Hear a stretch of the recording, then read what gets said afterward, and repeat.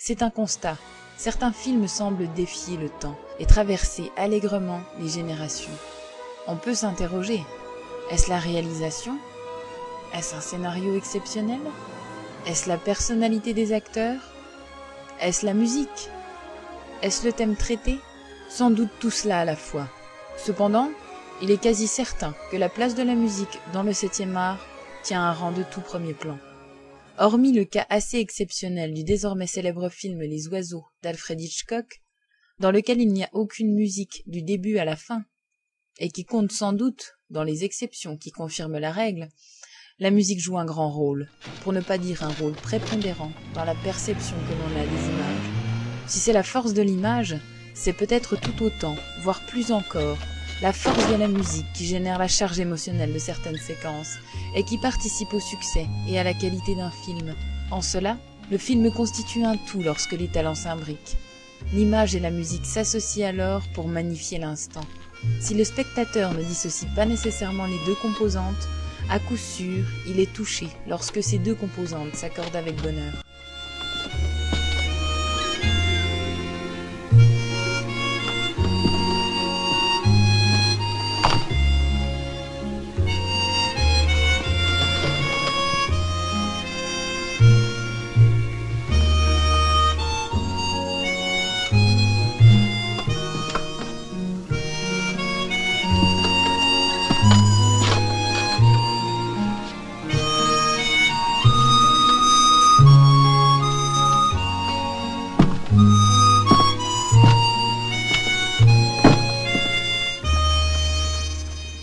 En matière d'accord parfait entre réalisateur et compositeur, celui de Sergio Leone et de Ennio Morricone est aussi incontestable qu'inégalable. À propos du célèbre film Il était une fois dans l'Ouest, que serait la musique sans la force des images?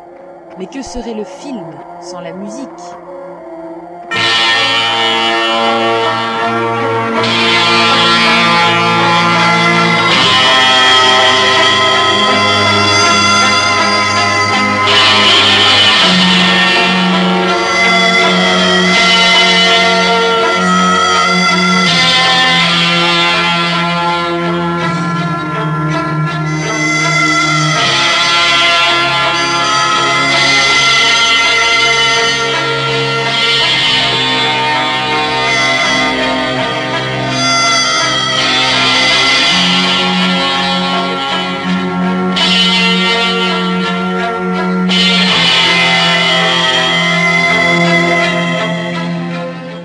Concernant un film cher aux habitants du massif vosgien, Les Grandes Gueules, l'accord parfait est là aussi réalisé entre le couple Robert Enrico, José Giovanni et François de Roubaix. François de Roubaix est en effet le compositeur de la musique du film Les Grandes Gueules. Pour ce film, il a composé 2 thèmes, plus un accord de guitare presque dissonant, sur lequel nous reviendrons plus loin. À l'examen, nous pouvons discerner un thème principal et un thème secondaire. Dans le thème principal, mais aussi dans le thème secondaire, les instruments majeurs sont une guitare, une 12 cordes, un harmonica et des percussions. L'expression générale de cette association d'instruments a d'ailleurs fortement contribué au qualificatif de western vosgien pour ce film. Et ceci était bien le but recherché par les auteurs. Les gars, au pont rouge, hein!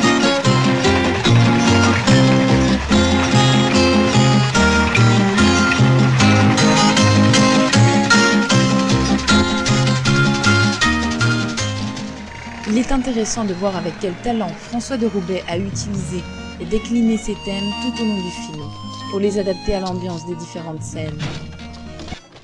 Dès les premières minutes, le thème principal s'installe discrètement pendant le préambule, lorsque Hector Valentin découvre et prend possession de la maison de son père.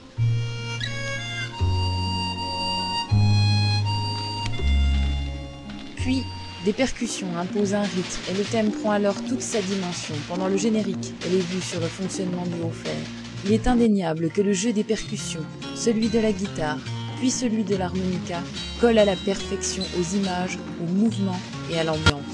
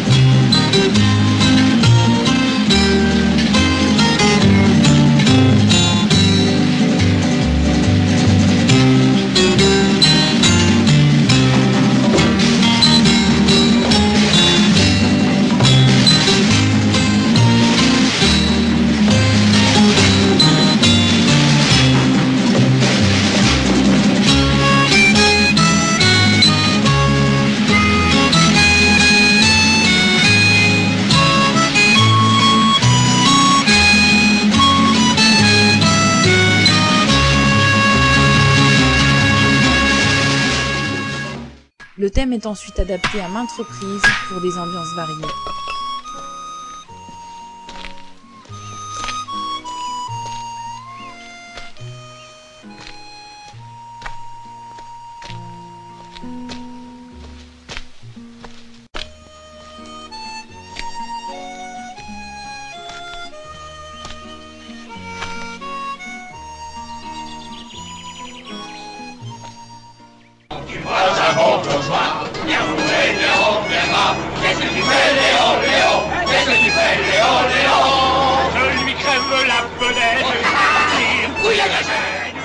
Notons que le champaillard « Qu'est-ce que tu fais, Léon, Léon ?» paroles de Yves Josso et musique de François de Roubaix, est à l'origine du thème principal, et admirons au passage le coffre de Jess Hahn. Je lui tape sur la bedaine, il n'y a pas de plaisir, où il y a de la gêne. Tu lui tapes sur le bidon, t'as bien raison, Léon, Léon. Rends son truc, c'est bien brûlé dans sa vitesse. Qu'est-ce que tu fais, Léon, Léon? Qu'est-ce que tu fais, Léon, Léon? J'y fous deux claques sur les fesses, il y a pas de plaisir sans politesse. Tu lui claques le potiron, Léon, Léon. C'est fini, oui. On va pas à la foire. Enfin, c'est encore le thème principal, remarquablement arrangé, qui conclut la triste scène finale. Moi non plus. Allez.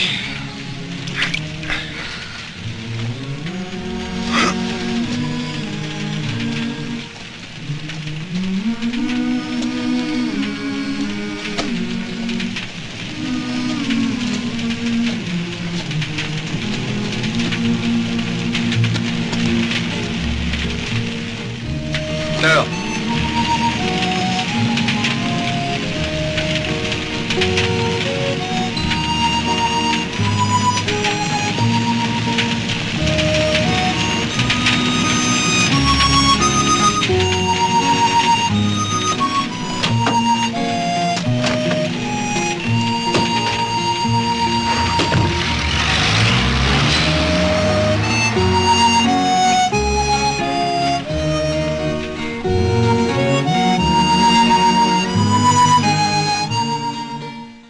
Le thème secondaire, quant à lui, souligne les scènes tendres et ludiques.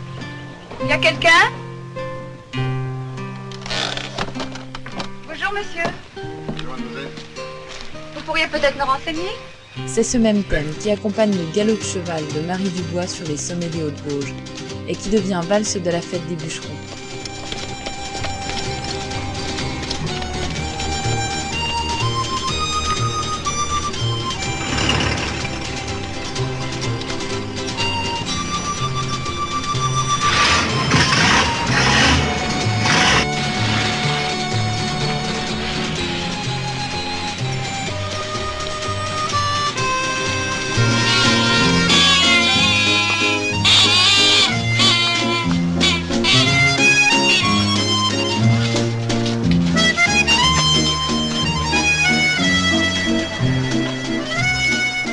Enfin, arrêtons-nous sur ceci. Cette ponctuation musicale, qu'on pourrait appeler un point d'exclamation musicale, est constituée de percussions et d'un accord de guitare, un ré mineur 9. Elle vient à la fois clôturer une scène et ouvrir la suivante.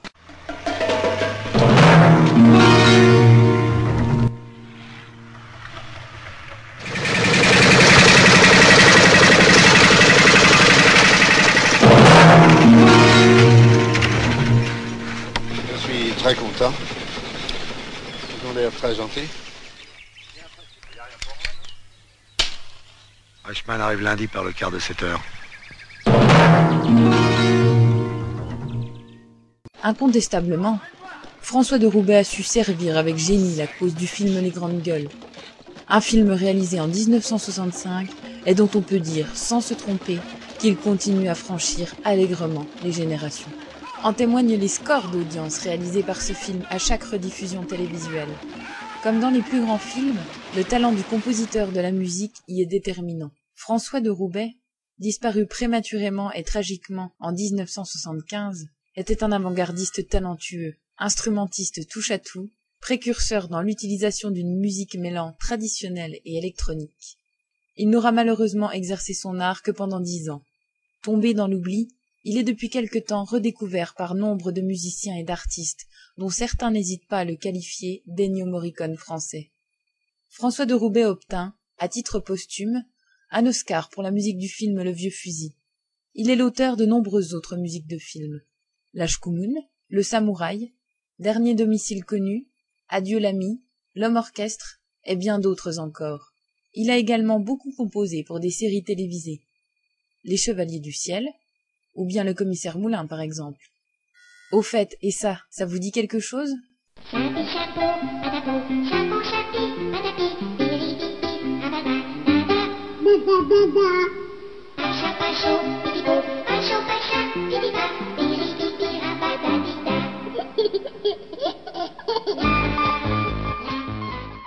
Eh bien oui, c'est de François de Roubaix.